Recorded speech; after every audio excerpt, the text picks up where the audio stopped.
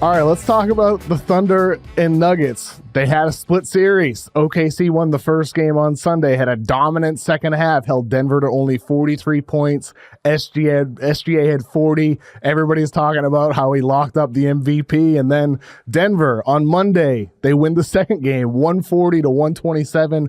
With what was a dominant second half, put 73 on OKC's number one ranked defense. Jokic had 35, 18, and 8. These teams are 1 and 2 in the Western Conference right now. OKC is the favorite to go to the NBA Finals. Denver, they get a chance. They get the best player in the world in Jokic. Steve, what was your number one takeaway from this split series when it comes to those finals implications, playoff implications down the line? I think it's a reminder of Denver's ceiling. I think sometimes people forget what Denver can be as a team because their roster has changed. And so what we think is they're not a contender is more they just don't have the same margin for error. But when they have Jokic playing like he was in that second half of that game, Jamal Murray humming at a high level, and very secretly, I know everyone's going to talk about Russell Westbrook being spaced in the shooting. He's got great chemistry with Jokic this year. He's done a really good job of developing that. Their role players understand who they are and what they have to contribute. A lot have made shots for the Nuggets, which obviously is going to be something that they'll have to do in the playoffs.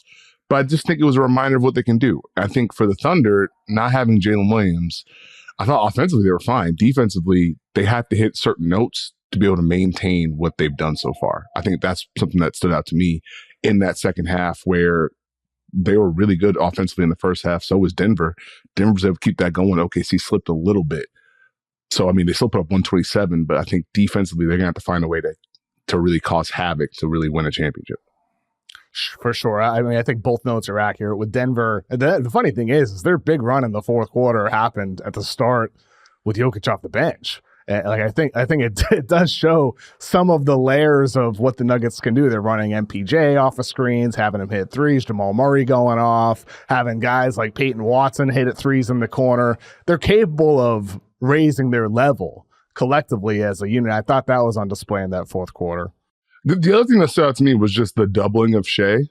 And if teams are going to try and continue that facet where, Shea crosses the ball across half court, two people are meeting him, and now does that put OKC in scramble mode? Like, I don't think zone is the answer. I don't think that's the answer, but it is interesting to see teams are just like, you know what, we're just going to try and take you away, get you guys to take quicker shots and try and get you out of rhythm that way. Because I think part of what's made OKC so good is they're not just drive and kick this year. They got pick and roll. They got cutters. They got handoffs.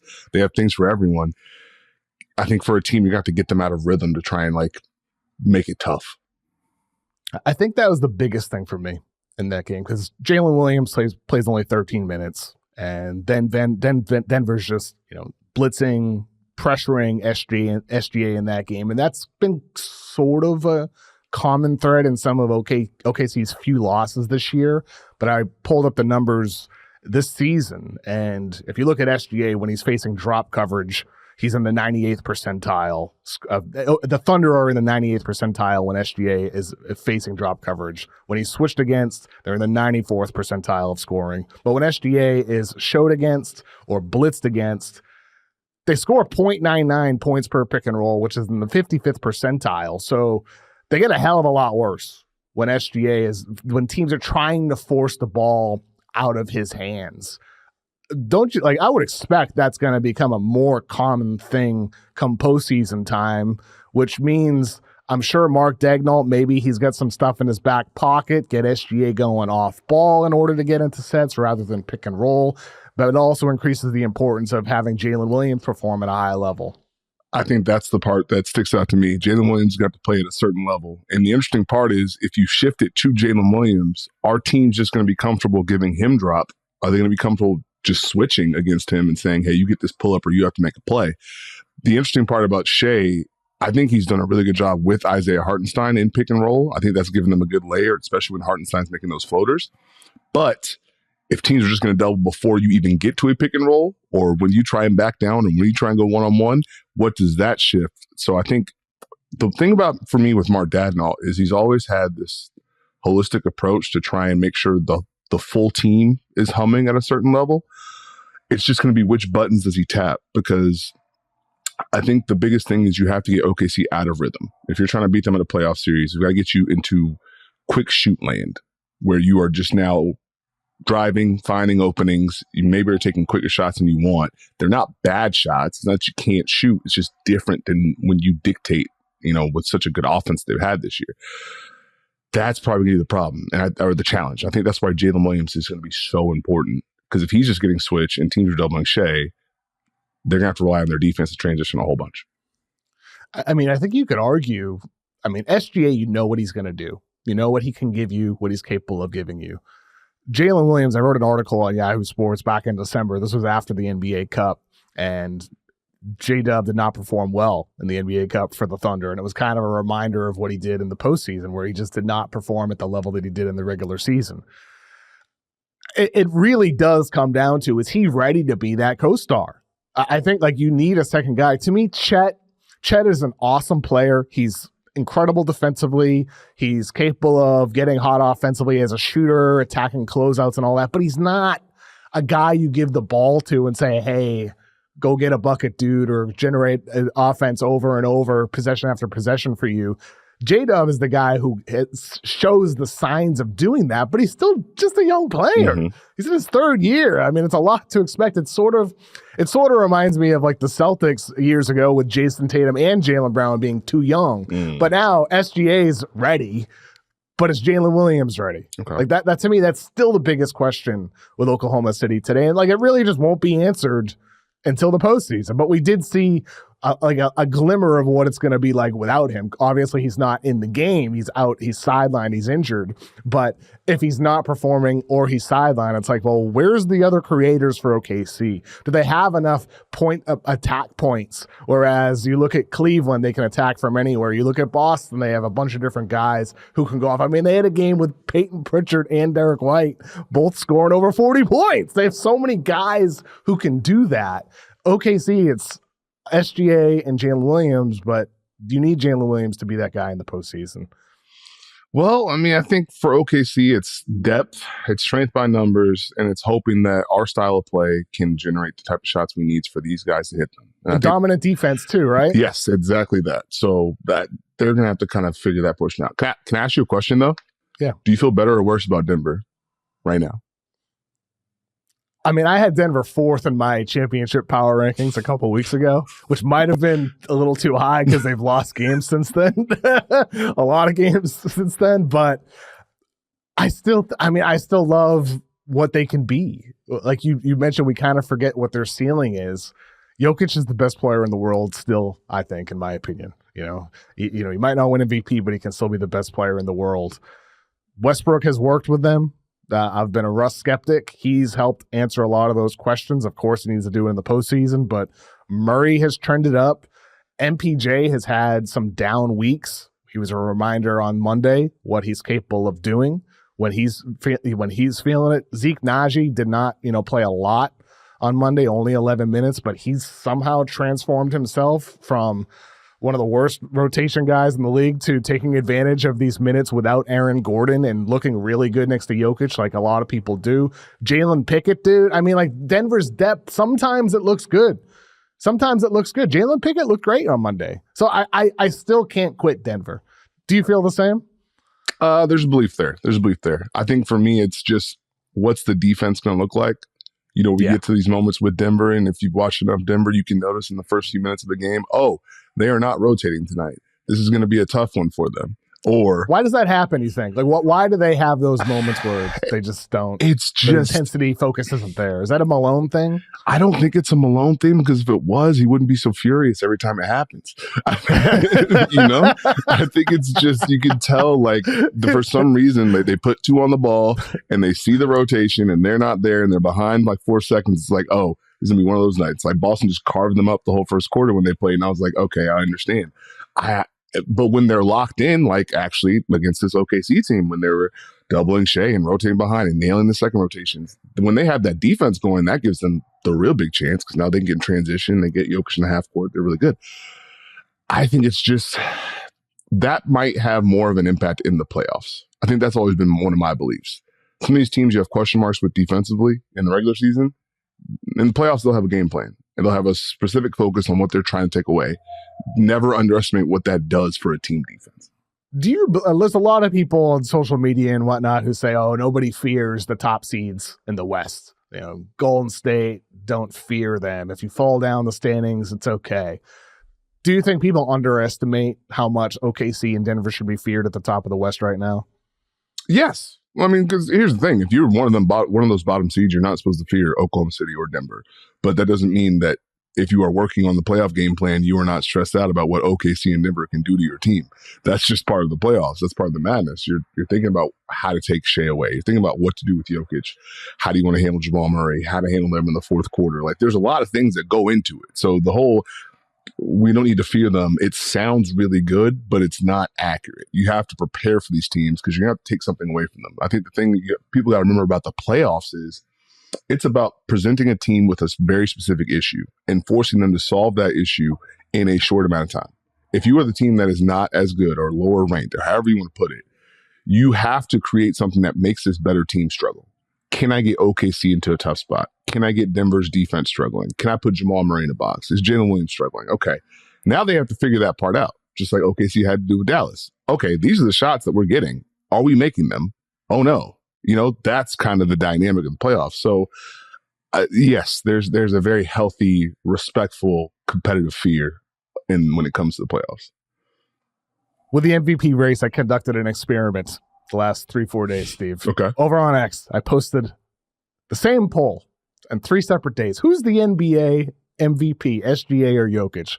After Jokic had his 30-20-20 game on Friday, I put it up there. Jokic had 53.9% of 25,000 votes. And then I did it after the Thunder won on Sunday. Who's the NBA MVP? SGA had 54.5% of 18,000 votes. And then I put it up again on Monday after the Nuggets won the second game of that series.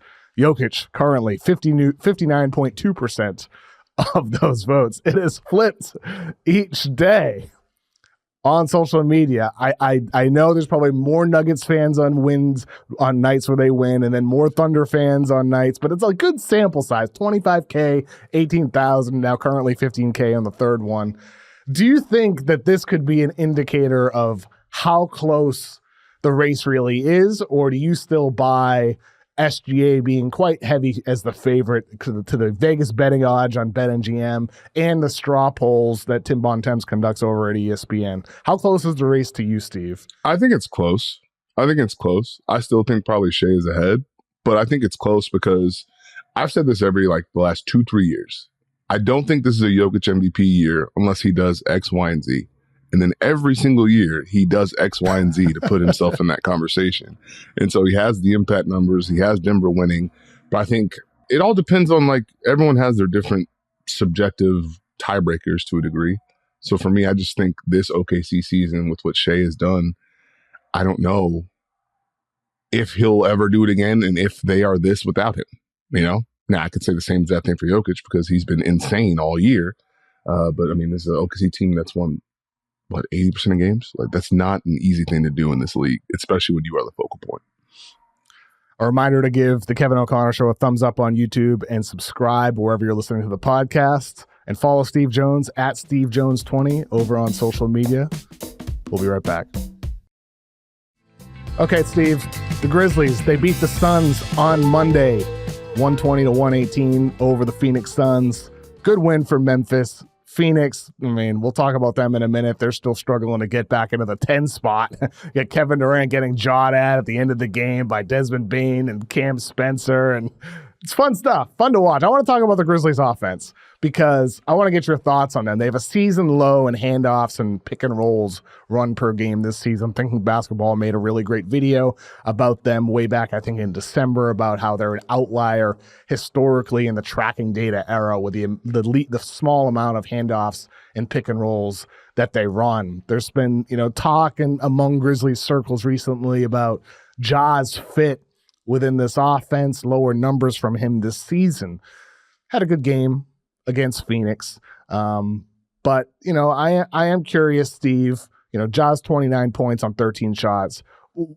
How do you assess this Grizzlies offense, which has been stellar, But how do you assess what it can become postseason time in the context of what Ja Morant will need to be? Well, I think the one thing with Memphis' offense, you have to realize it's about the space that they can create for each other, the space they can create for Ja Morant. I think this stretch without Jaren Jackson Jr. is going to show a little bit more of what Ja can do within it than maybe you had thought. I think it was important for Memphis to have a better flow and a better tempo and more for the totality of their team. You know, this is a team that had Ja, but in the half court, things could get real slow. Other guys maybe couldn't perform at the same level because they're not Ja Morant. You know, you had Desmond Bane, you had Jaren, but like, what do you have for the bench guys? So they have more comfort pushing and attacking in space and getting in the flow and getting a driving kick and cutting. So the number one thing I'd say is look at the cutting. You know, when you watch, especially the last few games, Ja Morant in action, when he's in pick and roll, someone is moving somewhere, whether they're in the corner, whether they're at the wing, they're relocating to create more space for Ja. And that's huge. I think you got to remember, these are driving lanes for Ja Morant. So if they're running a play for Desmond Bane, he's just getting a wide pin down and you're locked in on that. That's room for Ja Morant to attack. So it may not always be traditional pick and roll, but they have Ja Morant. They're going to run pick and roll at some point. They're just going to have to. I mean, we're seeing the uptick right now. In the last 5 games, he's averaging 29 pick and rolls per game. He was at 18 for the entire season prior to this recent stretch. And 18 is, I mean, he had 35 last year. He's been over 30 pick and rolls per game every single season of his career. And so basically halved it, to 18 for basically the entire season. But it's like at one point it was at 15, at one point it was 16. It's like slightly ticked up and up and up, and nearly 30 the last 5 games. I feel like we're at that point where I think you nailed it, Steve. We're seeing that blend where there's movement while pick and rolls are happening. And that's where I think this Grizzlies offense has been building towards this. My understanding is this is something they decided to stall early in the season. It worked really well. Ja may have had some hiccups with it, but obviously you're going to run pick and roll. It's going to happen in the playoffs. Things slow down. It's inevitable. Like, you're going to go to Ja high pick and roll at some point, and we're kind of at that point without Jaren Jackson Jr. where they have to run more of it. Yeah, and I think the other thing is Ja's kind of had a season where he's looking for the curveball. He's looking for the other pitches that he can have. I think he had a big bucket against Phoenix where I'm getting to a spot and it's like a floater pull up, and I'm trying to figure out what are these other options outside of me going 90 miles per hour in the paint all the time. You see more catch and shoot threes to a degree. Like, we're just seeing different things. But I think if you're Memphis, you would take feeling better about a lot of your roster offensively and knowing you can get Ja going at some point, and knowing Jaren Jackson Jr. is taking advantage of the space as well, by the way. Like, I know he's out, but he has looked to just drive and hit anyone in the face as many times as possible. So you take that totality and hope you can fine tune it in the playoffs. So that's going to be interesting to me. I just think what happens on the nights where they can't get the drives going, what happens on the nights where teams just say, you know what, we're just going to take Ja's drives away and kick all you want, shoot all you want. Like OKC said, no, thank you, no paint for you. What does that look like for them in a playoff context? Yeah, and that's why ultimately I don't quite see them as a threat against OKC or as a threat against Denver in a playoff series. They're closer, but like Ja this year has just, whether it's the system or whether it's the shoulder issue that he talked about recently that doesn't seem to be going away, Ja is just not that level yet.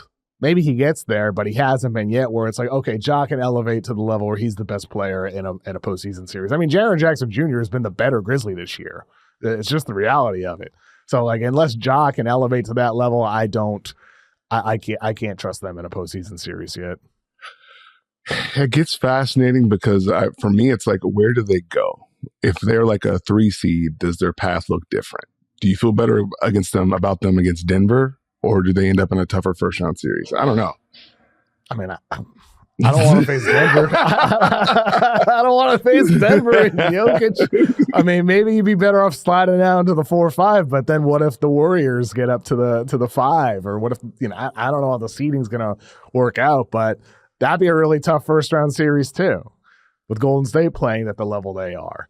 But then it was going to get, like, the Grizzlies lost to Golden State in the past. It would be kind of cool for them. Now they're better, they're older, more mature. go slay the Warriors in the first round. But maybe it's not. Maybe that's not time for that yet for Memphis. And then for Phoenix, they're the 11 seed right now, still 2.5 back from the 10 seed. Dallas won on Monday. The Suns lost again. They're 4-6 in their last 10 games. Like I said earlier, KD getting jawed at the end of the game by Cam Spencer and Desmond Bane and him going face to face. I don't know with Phoenix, man. I thought for sure they were going to be able to catch Dallas. I thought it was going to happen. That doesn't mean anything. I still think they'd lose in the first round. But do you see any indicators for Phoenix any indicators of belief with the Suns, Steve? The fact they have Kevin Durant and Devin Booker. That's about it. I'll be honest. I feel like I've been a Phoenix Suns truther during this run, trying to explain how it could work and what it could do, and fighting the good fight against people who said they need a real point guard and all this good stuff. And then you had the start of this year where everything looked really good, and then they just stopped playing defense. And then it gave me the ick. I've never been able to unsee it. They don't guard anyone. They don't do anything defensively. We can be honest. No disrespect. Is that a Bud thing? I don't know. Bud system? I don't know what it is. They were active. They were fighting. They were rotating. And then it just stopped. And I'm like, why did it stop? And then offensively, why is it slow? Why are we not using the movement for KD, for Devin Booker? Why are teams not in rotation against you? Like, why? See, I think that's a KD Book thing, because I was there, not the beginning of the season, but the beginning of last season with Vogel. And I talked with Vogel before the season. And he's like, we want to play fast, free-flowing. And he's like, we're doing that right now in training camp, and we're moving. And it's going to look, and he's just feeling good about their own system and what it's going to be. And then the season, they play slow. And then this year, new coach, Mike Budenholzer, coming in, playing slow, very slow. I'd imagine that's a player thing more so than a coach thing. That's my impression. It's upsetting either way. I'm not happy about it. We've got the ghosts of Dallas pass in the play. It's ugly to watch. And with their defense, look, Suns fans have come at me recently because Kevin Durant's opponent field goal percentage on defense, he's like top 5 in the league, opponent field goal percentage. KD's not peak KD either on defense, despite what the numbers may say. He's not that guy who can play the 5 and dominate like he did for the Golden State Warriors, winning 2 finals MVPs. He's not quite peak defensive version of himself either. So I think that's a component of their defense not being what they envisioned or hoped that it would be as well. The problem is, he can only do so much when he's in rotation, or he can only do so much from the weak side, and he can only do so much when he's on ball. Eventually, someone else is going to have to be involved, and they're going to put a big and pick and roll, and what are your rotations going to look like? And is that next man going to keep the ball in front? And are they I haven't felt them be connected on defense in a very long time. I feel offenses feel comfortable doing what they want against them, and if they want to make this plan, they got to change that.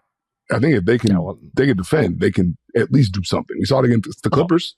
They sure. This is a little moment, but even if they make the play-in, it's not going to last long, Steve. It's not going to last long. No belief. They get the 10 seed, they probably lose in the play-in. And if they don't lose in the play-in, they're going to probably get killed by OKC in the first round. So this is it. This is over. It's over for the Phoenix Suns. I think it's over. I mean, I had John Gambadaro, Gambo, great Suns, a reporter, radio guy based in Arizona, and he said that this is going to be the last run. They're not going to be in the luxury tax again next year, or over the second apron rather next soon. Days later, Windhorst reported this could be it for KD as well. So yeah, I think, on a local level, their best local, source guy is reporting that. On a national level, that's being reported. Shams, of course, at the deadline was all on top of the KD stuff. So yeah, I think local, national, what I'm personally been hearing about the KD stuff, I think it's over, Steve. I think this is it. Well, this is it. I have no debate. I have nothing for you. That's it. It's sad.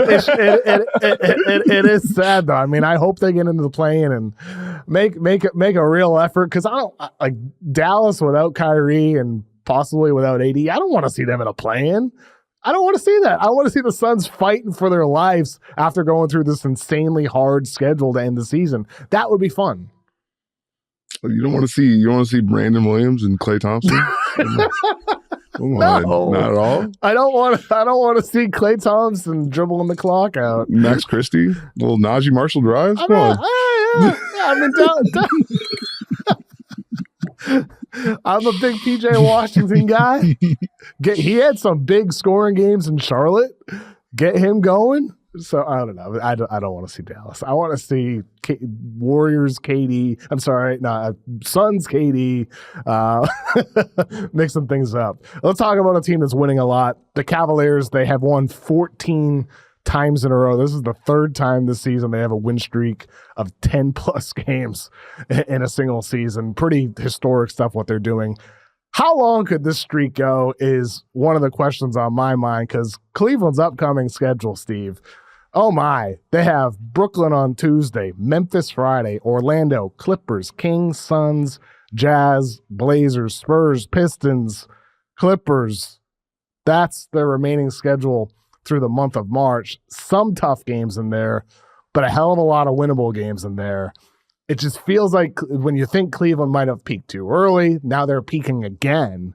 I feel like this team is getting better over the course of the season. They're very good.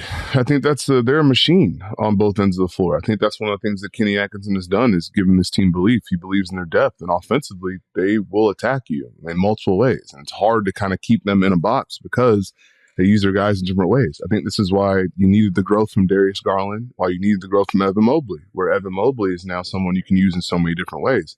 He can grab and go and bring the ball up the court and get involved in dribble handoffs and run inverted pick and roll for him. Donovan Mitchell has been lights out, I think, to a degree that maybe people don't understand because he hasn't had to play as much because this team has been so good. But the way that he's operated in pick and roll, Darius Garland being aggressive, and the things they do offensively is just keep pressure on defenses is the number one thing I would say to people. Like, you've got to watch that they will keep pressure on you. When they played Milwaukee, I felt bad for Milwaukee. Milwaukee had the effort in mind, but the ball is faster than the man. And that's what Cleveland does. They're always going to find a way to keep you in rotation and keep pressure on you.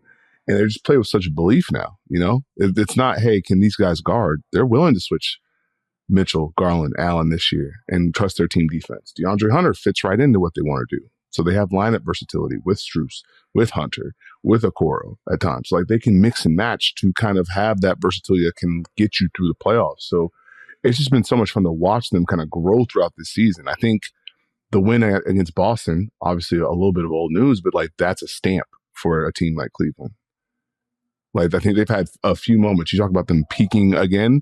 I think they have moments where they understand how far they've come.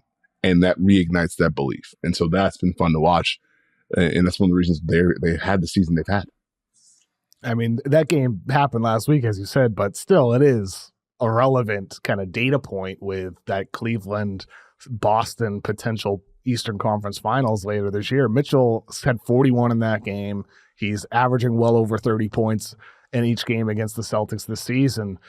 It feels like Donovan Mitchell gets whatever shot he wants against this great Celtics defense. And that feels relevant to me, even though it's the regular season. Like, Donovan Mitchell is playing best basketball of his entire career. He's had postseason success as well back in Utah. So it's not like this guy is going in, with zero experience. Mitchell could be the best player in a postseason series for sure. He's been excellent this season, and him doing against Boston matters a lot. With that said, you did mention how Garland and Mitchell, the Cavs, are willing to switch them this season and trust their team defense. That probably will be the biggest concern. Like, if you're power ranking your concerns for the Cavaliers, is it teams targeting Mitchell and Garland at number one for you in the postseason? I would probably say number two. Number two. Number one is, can we make Evan Mobley have a tough time scoring the basketball?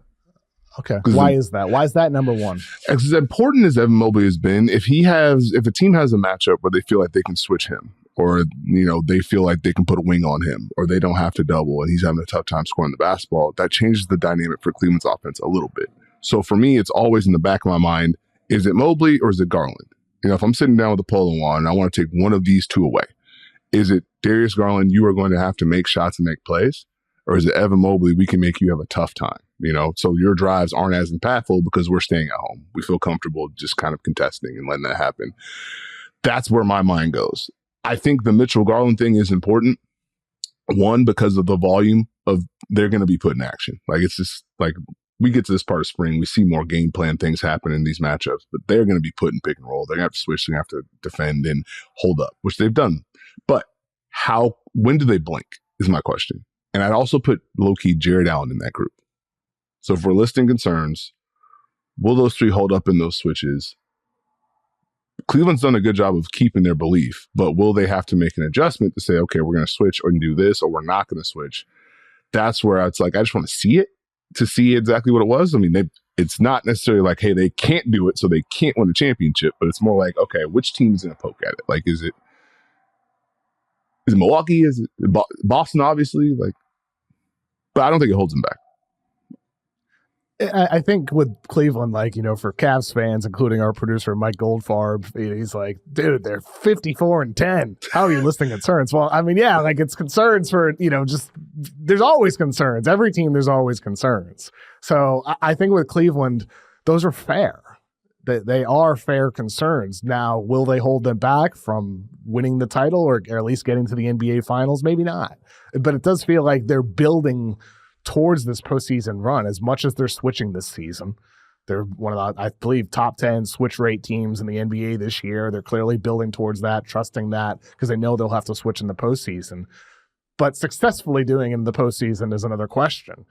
When you do have two smaller guards and teams are going to attack them, and then when they're attacking them over and over, possession after possession, how does that impact them offensively as well when their energy is getting drained on one end? That is also a possibility, and that would matter more if they don't have Evan Mobley to turn to, like you're saying, offensively. So it's like kind of a combination of those things. I will say, though, with Cleveland, I feel offensively they do a lot of what Boston did last year with their high three-point rate. Like, the results of their offense is a ton of threes and a ton of made threes.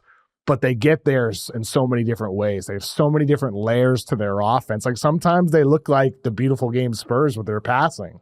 Like, that's just, like, I feel like they have a lot of different.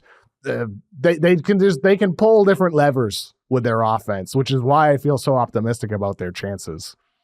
No, I'm right there with you. I mean, they make so many good quick decisions, and they force you to, like, guard a second action. So even if you defend the first thing well, now the ball's moving from side to side. So you've got to keep defending, keep closing out, keep recovering. And, like, that's been the fun. Like, as much as you want to talk about Evan Mobley, he's driving more from the perimeter. So, like, he's making shots, but he's driving. So you now catch and drive, and now you help. It's a dump off to Jared Allen. Like, they just find a way to keep you in rotation. And, like, I think that's been such a key part for Cleveland this year. And that it's belief. They have belief.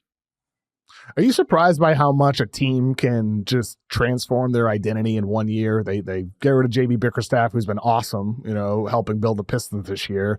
They bring in Kenny Atkinson. It's like some changes to the roster, but system-wise, it's just so dramatically different. Like, from a coaching standpoint, how surprised are you at how much things have been transformed? Oh, I mean, for me, I've been higher on Cleveland than most. For me, it was just tempo. If they could fix the tempo thing, I think there was so much, like, within that team they could get done. I think the biggest thing for me with Kenny Atkinson is he got the buy-in, he got the belief, and then he got the success. So you got this team to buy in. Like, I remember early in the season, he was talking about how much depth this team had. And he truly believed in that depth because he played all these guys. And they all felt like they had a role, and it's paid off over the course of the season. So now they have an understanding of what they're supposed to do offensively. They flow. They have tempo. They get up and down. We have success with it. Oh, let's keep doing this. Now defensively, we feel good about this. Like, they have an understanding of who they are. And I think that's where I give him the credit, is he got that buy-in, that belief. And whenever a team has success, they're going to go ahead and continue to do that. I think that's why when teams have these runs, it's like, you got to remember, the coach got the buy-in. The players believe in what they're doing. If they're going to start winning games, like if you're surprised by Golden State, no, they believe that they're this good. So now they're playing at a high level as opposed to before, never underrate the belief. You got to believe. You got to believe. It's an 04 Red Sox. You got to believe. Old thing from 21 years ago. And one other thing on Cleveland, I think it's interesting they made a trade. They made a trade despite being on top.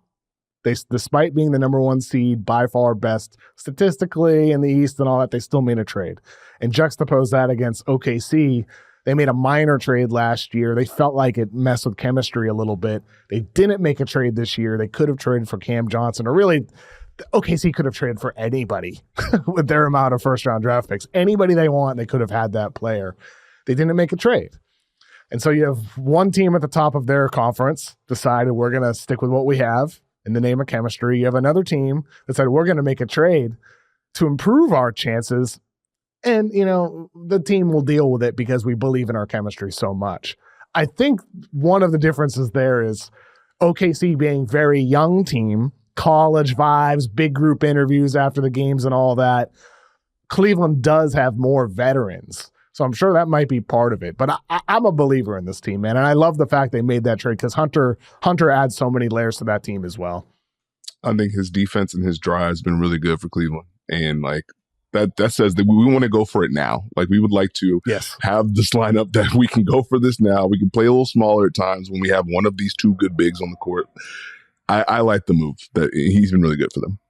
Yeah, he's been excellent. And you mentioned which teams can poke at Cleveland in the postseason. So far in the regular season, it has not been the Bucks. They are now 0-4 against the Cavaliers during the regular season. They're also 0-3 against the Celtics, and they're 0-2 against the Knicks. Those are the three teams ahead of them in the standings right now. That's not a good sign for Milwaukee. It's not a good sign that you are 0-2 versus the Knicks, 0-3 versus the Celtics, 0-4 versus the Cavaliers. Why are the Bucks not on the same level as those teams, Steve? Consistency defensively, I think for me, is probably the number one thing. I think Giannis has had an incredible season, but defensively, can they find that consistency on that end of the floor where we feel good about our rotations? Brooks in a drop, we don't have the same screen navigators. We don't have the same size. We're struggling with certain matchups. We're struggling with closeouts. They just have a rotating series of issues defensively to me sometimes. I think that's one of the worst places you can live in, especially against these specific matchups, because, okay, do you want to switch Brook? They'll switch Brook a little bit more. That's fine. You want Brook in a drop? Is he recovering? Giannis on the weak side has done some really good things defensively this year. But now if he has to rotate and close back out, who's helping him? I think it's those kind of just minor defensive issues against these specific teams, especially the Cavs and the Celtics. You have to be lights out defensively against these teams. And so they've got to hit that high level. Maybe they'll achieve it in the playoffs. Who knows? But and then offensively, I just think it's their pace slows against these type of teams. They're in the half court. It's a little slower than they want to be. When they have pace and tempo, when they're moving the ball side to side, they're pretty good.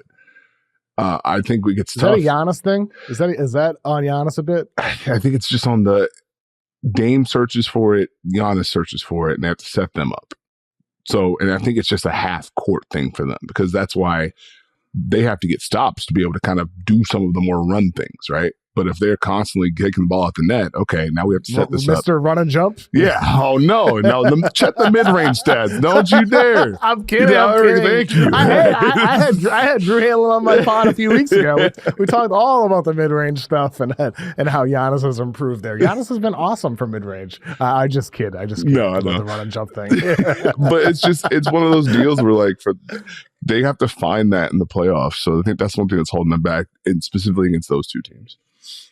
Yeah, exactly. The Knicks, we'll see. I think the Bucks could beat the Knicks in a playoff series if the seeding somehow worked out that way. But Celtics, Cavs, I would not take them over either of those teams. The Kuzma addition, we talk about defense. He has flipped the switch from what, Wizards, one of the worst seasons of his entire career for the worst team he's played on his entire career. But he's been way better defensively with the Bucks since he got there. So if you're looking for reasons for optimism for the Bucks to collectively flip that switch, I think the ability to have lineup versatility with Kuzma, you could play with Giannis at the 5 if necessary in certain spurts. It's the Kuzma addition with how he changes the complexion of that team, but I still have those same concerns, Steve. Defensive consistency and then offense, they just get stuck in the mud far too often. But the Kuzma addition at least changes the options Doc Rivers will have lineup-wise with flexibility that he'll have come postseason. I will say the Dame Giannis chemistry has been better. So I will say that to the people. The Dame knows when to get that ball to him. Giannis knows how to roll. They have really punished teams, and we've seen high pick and roll where we actually have to make a decision, and that's positive. So a lot of their run is going to be those two being absolute demons, if we're being honest. For sure. And I mean, and ultimately, postseason is different. It is different. Like Giannis, he talked about openly, Drew Hanlon said to me in the pod that Giannis wanted to, improve the mid-range jumper so he could just be less reckless on drives to the rim throughout the regular season, be more durable so he's healthy again come postseason time. Giannis spoke about that in an ESPN article this week. He's like, yeah, I want to be able to be healthy. I want another layer to my game. And I want to be able to have that weapon. I know as I age, I might have only 5 more years of playing at my peak. And I need to sustain success. And so I think, for Giannis, he has that new weapon for the postseason. And he's going to be turning it up to another level, playing more minutes. He's currently, hopefully, knock on wood, he's able to stay healthy entering the postseason for the first time in a couple years now. He's still one of the best players in the world. He could be the best player on any night at all. And Damian Lillard, we know what he can do on the biggest stage. And so maybe the Bucks are one of those teams that can flip a switch. I wouldn't rule them out as a team that maybe could upset their way to the finals, but I wouldn't take them in a series over Cleveland or Boston. I don't love their odds. I think this team has too many flaws. We talk about the depth Cleveland has, the depth Boston has. Those teams have nailed some of their draft picks, some of their moves around the edges. OKC has done the same thing in the Western Conference side. Milwaukee has missed time after time after time in the draft, and I think that's one of the reasons why they don't have depth, why it doesn't feel like they have a full roster. And that's why that's really why I can't take them seriously as a true finals threat, even though I'm not going to entirely rule them out. They just don't have the weapons behind those guys. Well, I mean, fast forward to Giannis hitting 5 fadeaways and winning game 1. Yeah. It's very possible. Very possible. I'll have you on again after that show. We'll take a quick break again, and we'll be right back to talk more NBA. All right, Steve. So the biggest news over the weekend was LeBron James had a groin injury, and he'll be out for 1 to 2 weeks. I was at this game in Boston, and sitting in the media section, it was kind of weird because, LeBron, he got back to the other end of the floor, and then he just kind of stood there through the whole time out. He just stood in place, and everybody on the Lakers kind of went and huddled around him, and I was sitting next to Jared Weiss from The Athletic, and we're like, is LeBron hurt? He's not moving. He's just standing there kind of like a statue. And then he started walking to the locker room. People start posting on social about what's happening, and boom, we find out shortly after that he has a groin issue and he could be out for multiple weeks. And then they lose on Monday without LeBron to the Brooklyn Nets. Rough start for the Lakers in their post-LeBron or regular season era right here. Their upcoming schedule is really tough as well. They get the Bucks, Nuggets, Suns, Spurs, Nuggets, Bucks again at the end of that. What's your feeling about the Lakers this upcoming stretch minus LeBron, Steve? I mean, it's a bummer because of what they were building and what we were kind of watching as Luka and LeBron were playing together. I think it's going to be interesting to see what lineups they want to go with and how do they handle teams saying, hey, Luka Doncic, here's 2 on the ball in every single possible way. Because I think that was one of the question marks I had watching them early is, okay, when teams decide to trap Luka, what's this look like for the Lakers? Because you have to find the rhythm as far as when to roll, how to spray the ball out to the perimeter, who's taking the shots where, what's the spacing like, can we keep an advantage, those type of things. So this is going to be good reps for them, but it's also going to be a consistent theme that I think they'll see during this stretch as far as either switching or 2 on the ball, and they're going to have to find ways to make plays. So can they kind of keep that compete level defensively without LeBron? Because, I mean, yes, LeBron is LeBron, but at the same time, he was kind of like a monster on the weak side during this stretch as far as his activity because he had more juice because Luka was there. So can they now put those lineups out there that still have some of that defensive level? Or if you're going to have Connect, Vincent, Reeves out there, how are teams going to attack them plus Luka? What are the combinations that unlock what you do? So I think that's probably where I'm looking at. Can you find the right combos? And then offensively, can you just kind of get used to this 2 on the ball type beat? For sure. I mean, I think that's spot on. And we kind of saw Saturday, even prior to the LeBron injury, no Rui Hachimura, no Jackson Hayes in that game. It feels like if you take just one or two pieces out of this Lakers team, like Rui's important defensively with his size as well. Jackson Hayes with his activity, and then also on offense, like his kind of connective passing, like he's been good. Jackson Hayes has been really solid for them. So like if they feel thin just removing one piece, never mind if you remove a piece as gigantic as LeBron James with how dominant he's been on both ends of the floor in recent weeks. With Luka, it's going to be interesting because if you look purely at the numbers, Data Baller, their stat line shift stats, Luka per 75 possessions without LeBron James averaging 36 points, 11 assists, 12 rebounds, shooting only 29% from three, but like those are monster numbers, 36, 12, and 11. Now, doing that when you're game planning against Luka exclusively, I do expect, like you said, we're going to see two on the ball a hell of a lot. Is there anything that could be beneficial here for the Lakers during the stretch, facing these types of defenses, Luka getting thrown out there, being a higher usage guy without having LeBron James as kind of that, 1B player initiating offense? Is there any positives here, or is this all negative considering they were still building the Luka LeBron unit together? Positives is Luka will, they were trying to integrate him. Now Luka's got to go out there and be Luka. So that's a positive. I think Austin Reeves, you also have to go out there and play. I think there's a chance for a guy like Gabe Vincent to get going during a stretch like this. I think he's someone good who's on Monday. Secretly important. Like if he's making shots, I think that helps a lot. So I think it's more just getting reps, guys getting comfortable, guys staying aggressive. Because whenever LeBron does come back, this is pretty simple.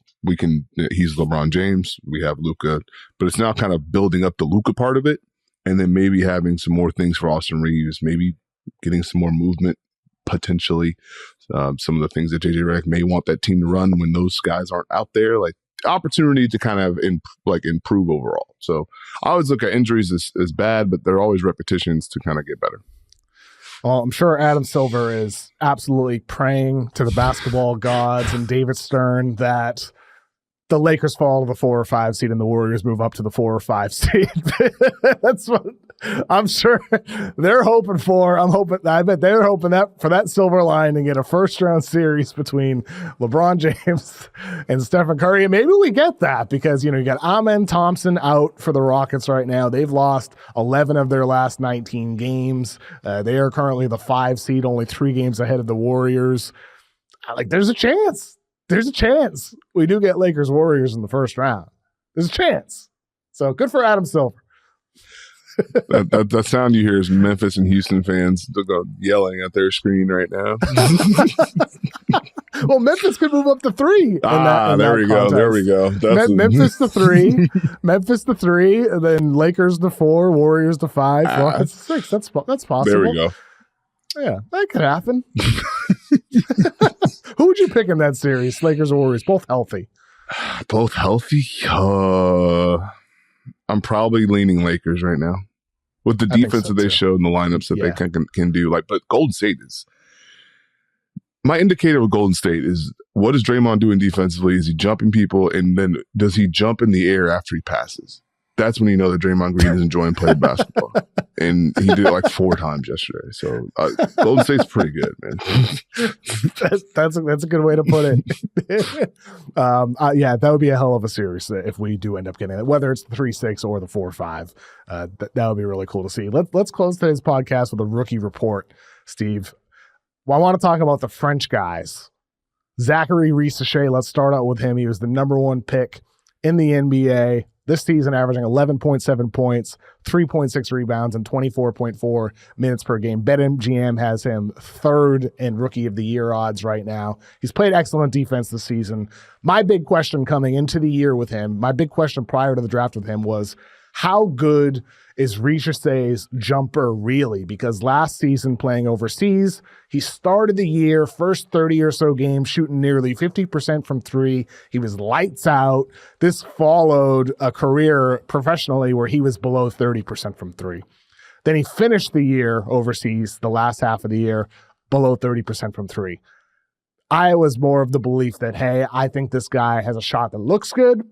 It just doesn't fall enough. 70% free throw guy consistently throughout his career. I didn't have belief in him. This season with the Hawks has been a little different. His first 39 games, he shot 28.1% from three, aligned with what he's done historically. Only 71.3% from the free throw line, aligned with what he did historically. But his last 19 games, he's come to life. 46.1% from three, 70.3% from the free throw line. Again, still consistent there. He's surging. Hawks fans are killing me for Risacher. they're after me. They're like, what are you gonna tweet about him? What are you gonna talk about him on your pod? Here we are. We're doing it today. I look dumb the last 20 games. I do, but I still don't have total confidence. I need to see him sustain it for longer with the jumper because that's really important for him. We know he can do everything else. But what are your impressions of Risacher, Steve? I mean, honestly, for me, it was the thing that stuck out to me was that there was just not a ton of hesitation from him, despite the percentages. He was very just aggressive, if you would, very display. confident. There's no hesitation. I think that's important. That's a big quality. High volume. Yes. High volume. But that's huge if you're going to be someone that is looking to improve a certain part of your game. You got to just let it fly. I think that's a big part of it. For what it's worth, this was Gavoni's argument with me. I had him on my draft pod last year. Gavoni's like, he shoots 4, 5, 6 threes a game. He's gonna figure it out over time when he's not cramped up in little planes in the middle seat, traveling overseas. When he's got luxury and he's playing in his NBA strength and conditioning, he's gonna figure it out. He's gonna find consistency. So maybe we're seeing that. Just wanted to interject with that anecdote from Gavoni. Oh no, you're good. But I mean, I think for me, the willingness to drive is just as important. Like for him to be able to kind of make some of these plays, get some of these paint touches. I think that's just as key as being able to make those shots because you got to be able to have that mindset. And so the cutting, the driving, that's the stuff to me that I've enjoyed from him and watching him continue to do that. And like he can relocate, he can find the gaps. So I think the shot is to me it's like the topper. It's the ice cream on top for me. I think when he's making those shots now, you've got a really dangerous display. But when he's just getting downhill, that's the part I wasn't so sure he'd be able to do consistently. And I've liked it. Yeah. It's looked good, man. I mean, like I said, with Risacher, all the role player stuff, versatile defense, size. He's 6'9", 6'10". He's focuses on defense. He brings the right mindset. I mean, like he's a really good defensive player even as a rookie. If you're arguing for who the rookie of the year is come April, defense is going to be a strong argument for him. And then if he continues this offensively over the last, month and change, that's going to strengthen his argument as well. Like what he did on Monday, he had 22 points on 16 shots, 8 boards. If he has a hell of a lot more games like that, it's going to really strengthen his argument against the current favorite, Stephon Castle. Now, with Risacher offensively, like you said, the downhill attacking has been good. His ball handling improved a lot last season overseas. He started the year not doing a lot. End of the season, he was doing more. He's doing like little euros and sidesteps on drives. He can pass out of drives to Risacher. That's why, to me, the jumper is so important. Because if you're talking about like number one pick standards, like that's what I'm thinking about this as, not just NBA player. Like I think he's going to be a quality NBA player, but by number one pick standards, it's vital that jumper becomes consistent. Like we see what he can do in these games where he's feeling it. He's a 30-point game this season, a bunch of 20-point games. When he's feeling it with a jumper, he becomes a completely different type of player for the Hawks in their long-term outlook versus, he does all the other stuff, but the jumper, it's really streaky. It's not so good. Do you feel better about the type of jumper he's getting? Do you feel better about the rhythm he has when he's getting to the jumper? I mean, I think the jumper looks good. Mechanically, it looks good. I just worry about kind of like the natural touch in the fingers. Like he's 70% from the line basically every season of his life that he's played. Like it's just pretty consistent there. Free throw, statistically has always been a better historical indicator for future three-point shooting success than actual three-point percentage. And so that's where I look at and I'm like, well, he's 46.1% over his last 19 games from three. I hope for Hawks fans, this is going to be, closer to 40% moving forward in his career because then he's going to be probably rightfully the number one pick. Maybe it ends up Castle when we do these redrafts 5-10 years from now. But Risacher becoming a reliable shooter would make the Hawks feel really happy with with their selection. But so for Hawks fans, it's really good to see what he's done over the last 19 games as a shooter, and then over the whole season with what he's done. I think he could win Rookie of the Year, but Castle's also been excellent for the Spurs as of late too. So that could end up close. Jalen Wells being second right now ahead of Risacher in the BetMGM Rookie of the Year odds. I don't think that's quite right. I think Risacher, Wells has been excellent this year. Don't get me wrong, but I think when it comes to what voters will do, I'd be surprised if Risacher doesn't get more love come April. Okay. I'd be a little surprised there. I'm intrigued. The number 2 pick was another Frenchie, Alex Sarr. I'll tell you what with Sarr. Defensively, we're seeing what he can potentially do. The Wizards still stink, but there's flashes of the defensive versatility, Steve. I feel like with Sarr, like that's what you drafted him for. The offense, very slow to develop. He had 16 points on 19 shots on Monday night. The playmaking flashes are there, the connective passing ability. But you drafted him for his defense. What's your assessment of what he's done on the defensive end as an individual? Because the Wizards collectively, obviously, they stink. I think the activity, the activity has been better for Alex Sarr defensively, to where he understands, okay, I need to be in a drop. I need to come back up to the level. I need to just make multiple efforts defensively. And for me, I want to see how that continues to grow. Like, hey, how much more can we get him to switch? Can we get him to be more of a monster on that end? What can he do when he's not involved in the action? Like, that's the fun for me. Personally, non-defense division, I think he's gotten better at like pick and roll as far as understanding the angles and the timing on this roll and catching on the short roll and not immediately going 99 miles per hour. Like, I think that stuff's fun. But I think defensively, we've seen just kind of the growth from him to just know what I'm supposed to do. And like, it feels more impactful to a degree, as opposed to, boy, I hope I blocked this shot, You mentioned the angles on some of his screening. Sarr's offense is one of the reasons why I bumped him down my board last year. I ended up having him at number 6 on my final rankings last year. And I don't have the stat in front of me, but like the at-room finishing last year in Perth was not what you'd expect from a 7-footer. Never mind the really shaky shooting with him. And we've seen more of that this year with the Wizards. He's just inefficient for basically every zone on the floor this season. The playmaking, like he can handle, like you can see him running DHOs and he can make the right pass out of the short roll. Like, I have no doubts about Sarr's passing and handling at his size. Like, that's a given to me.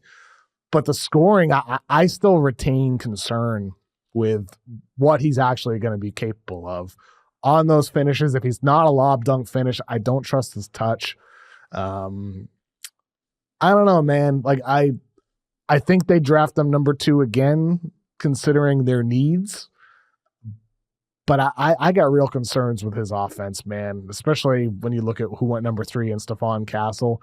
I think they'd still go Sarr again because of the size aspect, but man, like that could end up being kind of a too big of a swing on size over what Castle's been doing for the Spurs right now.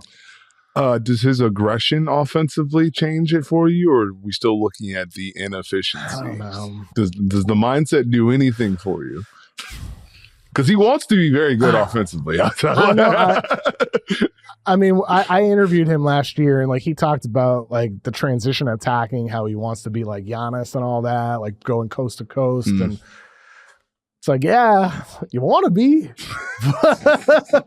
but you're like a twig in comparison to him. Like, you have to add a hell of a lot of muscle. So that's where it's like, over time, can he get strong? Where maybe my lack of belief in his jumper doesn't matter because he becomes such a good downhill attacker and pick and roll and finishing at the rim. Because like you said, he wants to be.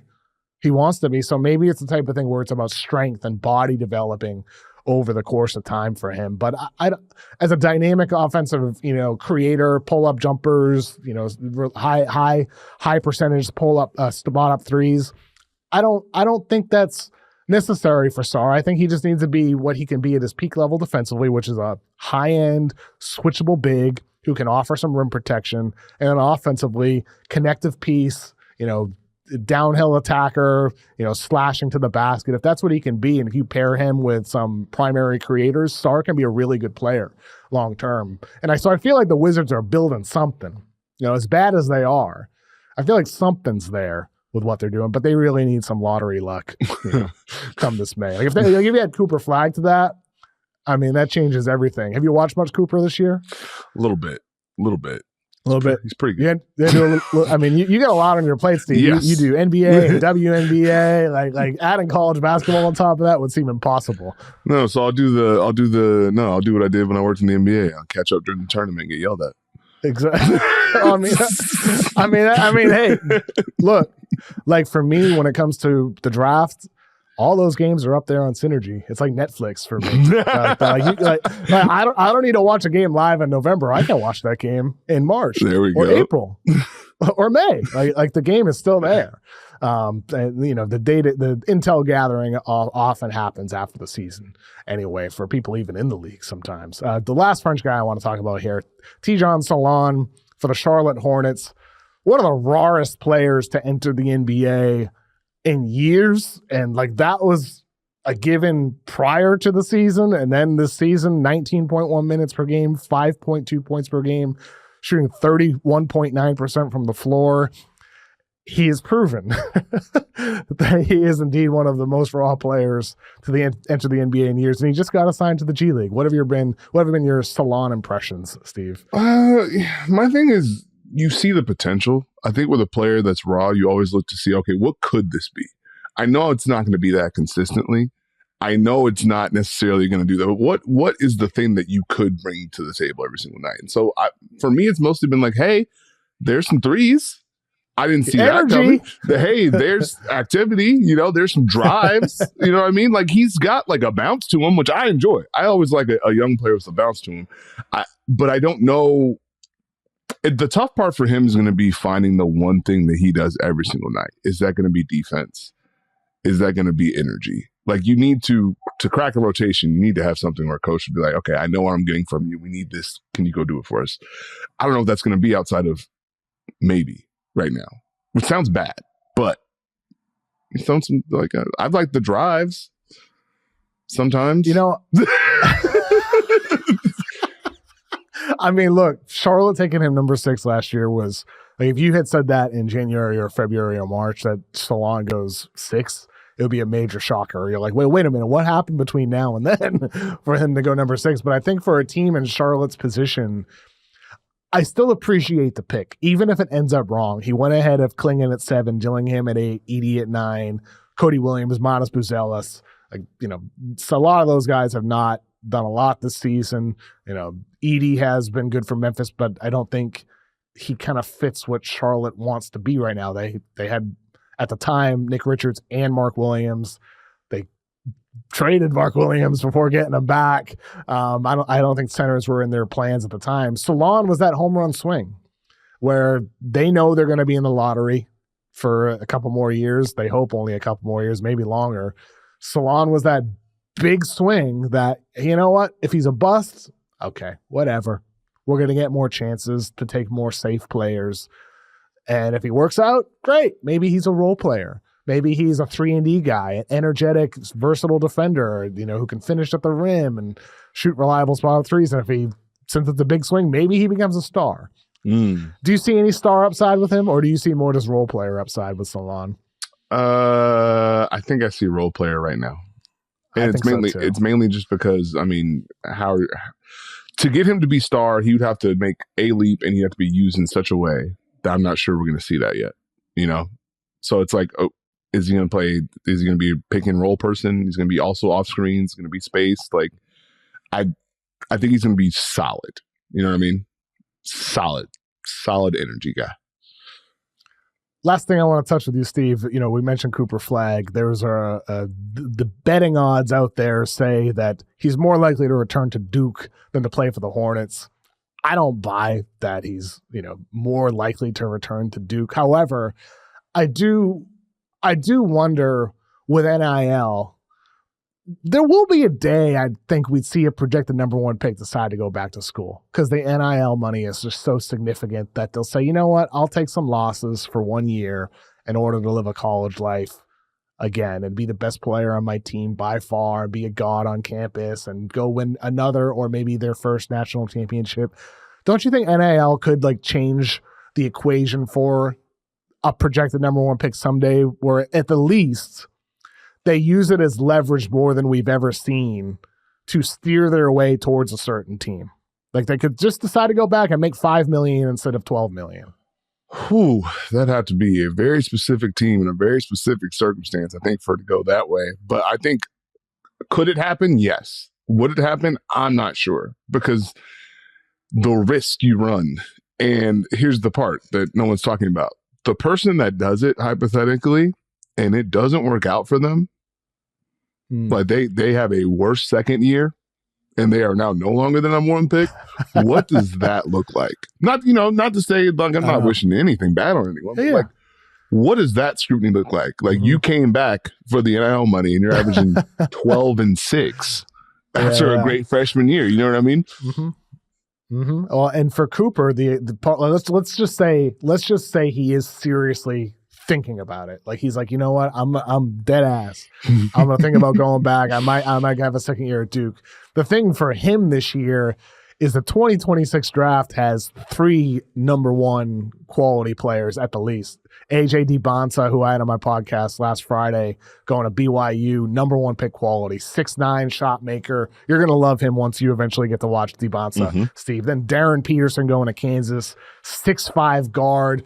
Gavoni had him at number one on his recent rankings for the 2026 NBA draft. And then Cam Boozer also going to Duke next year. So Duke, if Flagg returned, they'd be loaded with the boozers going there, and with Flagg, they'd probably be by far the favorites to win the national championship. But next year, there's more competition for that number one spot, and so you could go from number 1 to number 4.